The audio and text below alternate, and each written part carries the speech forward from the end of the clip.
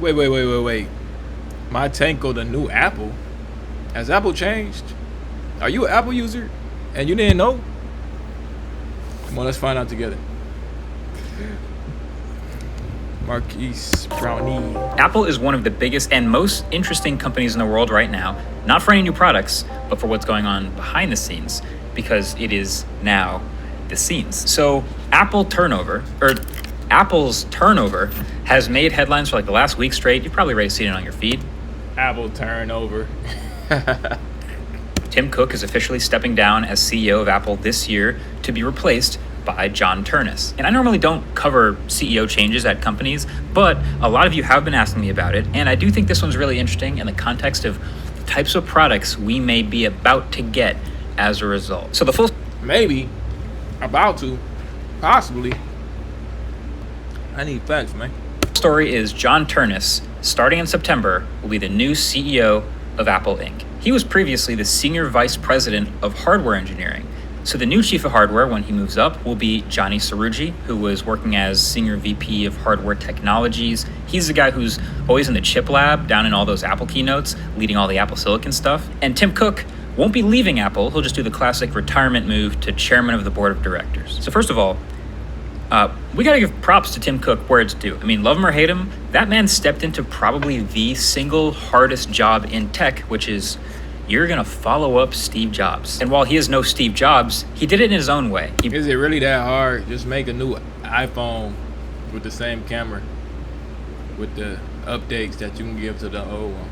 Brought all of his supply chain optimization and business expertise to take Apple to ridiculous heights to be $1 trillion, then $2, $3, $4 trillion company. Through 15 years of wildly different economies and political climates, investors love him. That was what he was always good at. But the number one question a lot of people have been asking me for the past week straight is like, all right, now what do you think? What is going to possibly change about Apple now that Tim Cook is stepping down? And it's funny, normally, with one or two people shuffling around, it typically doesn't actually make much of a difference. Like with these huge companies, they're like a massive boat and thousands of people have a paddle. So no one person is going to dramatically change the direction of the whole company. But if you've paid attention for the past couple months around Apple, it's actually more than just the guy at the top. It's more than one or two people.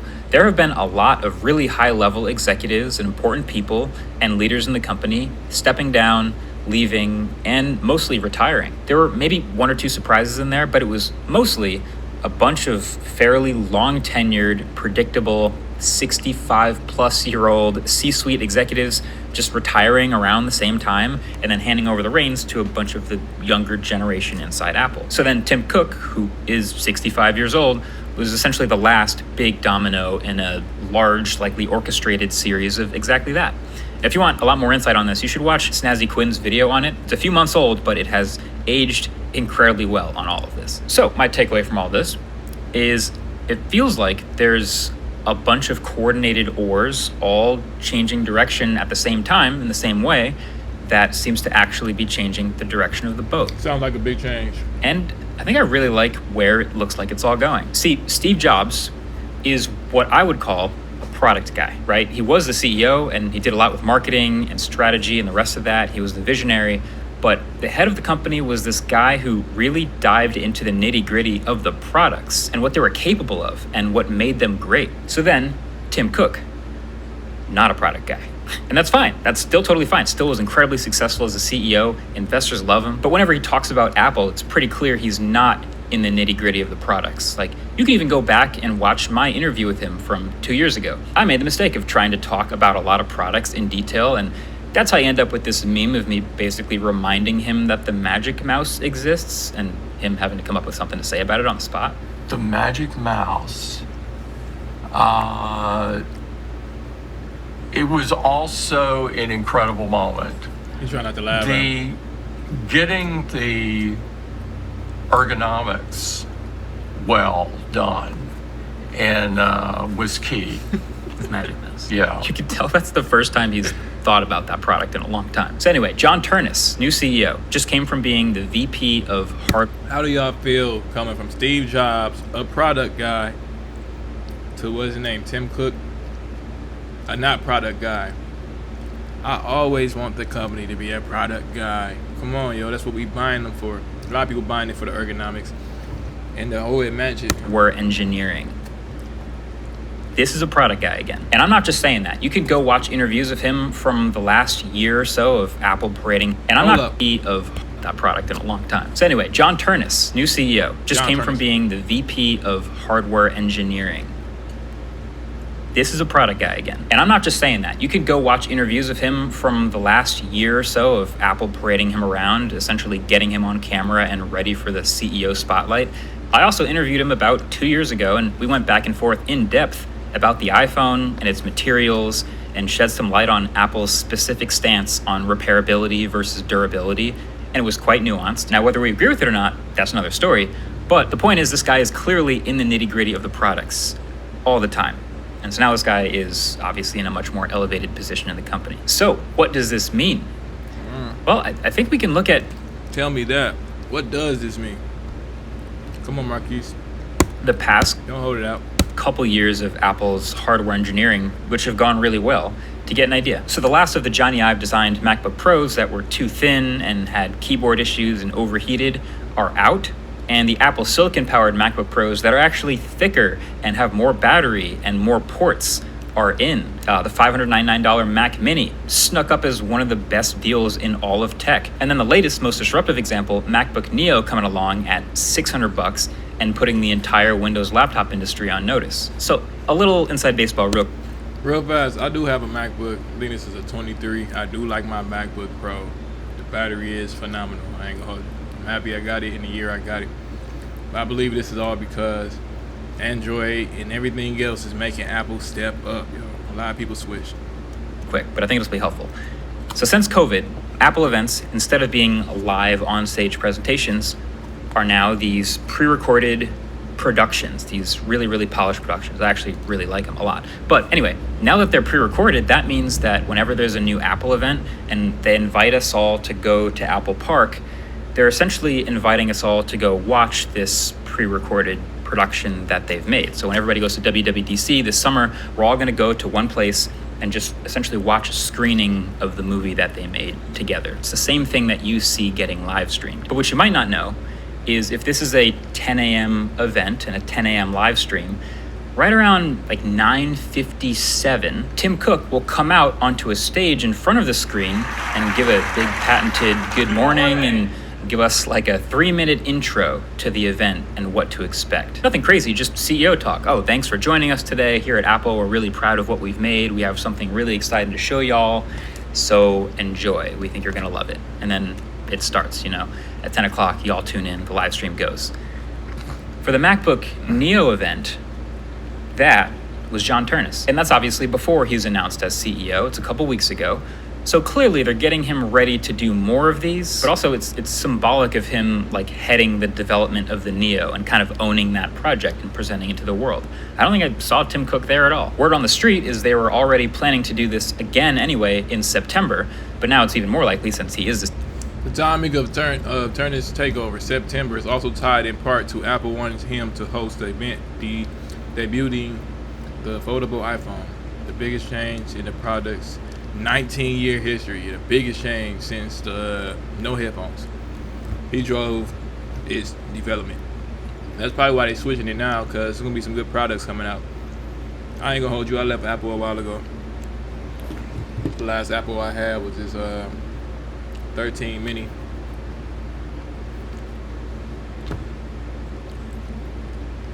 So they had to do something real good for me to CEO, but Ternus will probably be the guy mainly hosting the entire iPhone unveiling event the way Tim Cook has in the past. This year that we're expecting to get an iPhone Fold, which seems like he has also been spearheading the development of. So I hope that that guy who's been given elevated leadership in the company and has a bunch of people with him on board now for that type of stuff and has been spearheading development of interesting stuff like MacBook Pros and then MacBook Neo and a folding iPhone, I hope that that guy can continue taking really big swings at interesting, thoughtful hardware products. Like, don't get me wrong, a lot of really solid, interesting products did come out under Tim Cook, like Apple Watch and AirTags, and Vision Pro was a big swing. I think AirPods, though, are probably the most successful example. They are literally the most popular headphones on planet Earth, but they also clearly shifted into focusing, especially recently, on building out all these.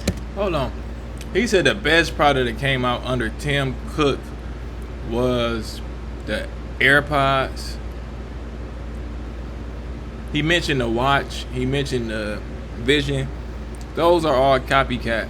People already had the watch. Other companies already had the Vision. Other companies already had their own buzz. So it's like he really didn't come out with anything too unique. Maybe I'm wrong. Like I said, I haven't been with Apple like that. If you think I'm wrong, comment and let me know what's the best Apple invention. Upgrade, whatever you want to call it. Be low. But before that, it was the iPod to the no home button, which was already on Android. You know what I'm saying? Yeah, I gotta redo my screen, but Samsung already had a lot of stuff they already doing. So with that being said, just think about that. Services. Like we hear about them becoming a services company now with like iCloud and Apple TV, Apple Music, Apple Fitness, all this stuff just to get that sweet recurring revenue out of the massive iPhone install base. Like I said, investors loved it, but I want the interesting products to start coming back again. Now, here's the only thing that makes me nervous. He agrees. Apple also has this character about them, which is like they almost seem like they avoid the possibility of failure extra hard, which makes them try less things, if that makes sense. Like there is a ton of stuff that I would like Apple to make. Like I say this on my podcast all the time, that they just don't. Like a camera. I think that could be awesome if Apple made a dedicated camera, but they don't. A smart home speaker with a display instead of just HomePod. That could be cool. Smart glasses, they could jump into that. They're apparently going to jump into folding phones, but other stuff like a printer that doesn't suck.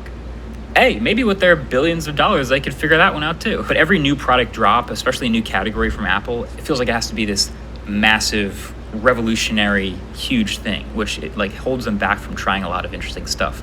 Like if Apple were a YouTuber, they would be the YouTuber that uploads every 6 months, right? Like Samsung and Google, they are the daily uploader grinding away, trying new stuff all the time. New video, it worked, great. New video flopped, whatever, I'm gonna try something next day. Like they're just constantly pushing stuff out. And so there's a graveyard. There's literally a graveyard of dozens and dozens of Google products that you've probably mostly never heard of that just didn't work and they killed it, whatever. But Apple, whenever they talk about something new and it flopped. Oh look, we ain't finna let that slide. Graveyard. For my Apple heads.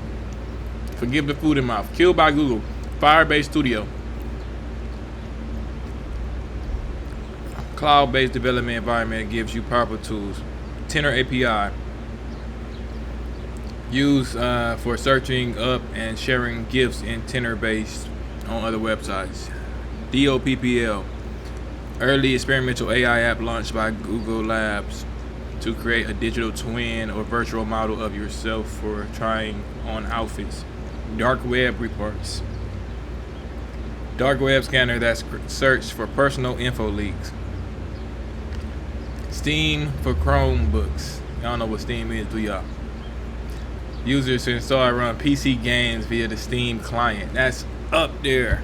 These are all good. They all can be taken back. There's literally a graveyard of dozens. Tables by A120. Airtable focused on making project tracking more efficient. I heard about that. That was I think I seen that. A Google Jamboard, native whiteboard app, and standalone whiteboard hardware that offers a collaborative experience. Come on now, Dropcam. A line of Wi-Fi video streaming cameras acquired by Google, VPN by Google One. I ain't gonna hold you. He's at Google and Samsung. I don't want Google to have my VPN. And dozens of Keen. Pinterest style platform with email recommendations, Google products optimized, that you've Glass Enterprise Edition, heads up display for enterprise customers, Pixel Pass, a monthly charge for their Pixel phone and upgrade immediately after 2 years. That's like the iPhone Forever plan that did not work. I don't know if it's still popping, but Google Cloud. probably YouTube mostly never. Stories. YouTube Stories allow creators to post temporary videos that will expire after 7 days. I mean, that sounds like some kind. At least they trying though. heard of that just didn't work, and they killed it. Threaded. Cool tool for recording and sharing short videos. It was almost 2 years old. YouTube Originals, that's Google. Variety of original content, including scripted series, educational videos, and music, and celebrity programming. YouTube for we users use stream YouTube videos on their TVs. Whatever. But Apple, whenever they talk about something new and it flops, He's gonna say that's a lot of things that was tried, and Apple ain't got a list of these things that they have today. that just didn't work. Last one. Google Hangouts, cross-platform instant messaging service. And they killed it. Whatever. But Apple, whenever they talk about something Google new and Duo. it flops, it gets talked about. It echoes. It's talked about so much. Vision Pro, right? iPhone 16e to an extent. Apple Intelligence, obviously. Air Power. Like when Apple flops at something, you remember it, basically. That's Because they got diehard fans. Diehard fans with high expectations, yo.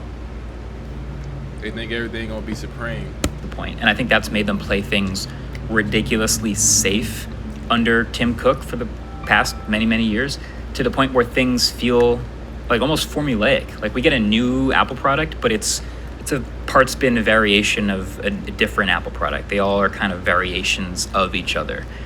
Maybe MacBook Neo is like a positive version of that, because that's technically a parts bin product too, but most of them, it would start to feel very stale. I don't know if that's ever going to completely stop, but it does feel like with the new leadership, the new CEO, all this Apple turnover, it feels like we may be ready to get a bunch of interesting hardware products again, which is what I think a lot of people have been asking about, and I think a lot of people are ready for. Now we just need them to step up their software game to match, because between macOS Tahoe and Liquid Glass and Apple Intelligence and Siri, all of that, there's a lot of work to be done to close that gap. But hey, if they nail both, that could be special. That could be fun. Bookmark this video and come back to it in 5 to 10 years to see how well it aged. Or if you are watching this in 2031 and I turned out to be super wrong, send this to someone to show them how dumb I am.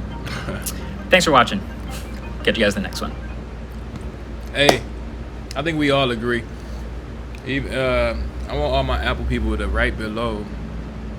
If Apple did not exist, what phone company would you be with? What computer company? What?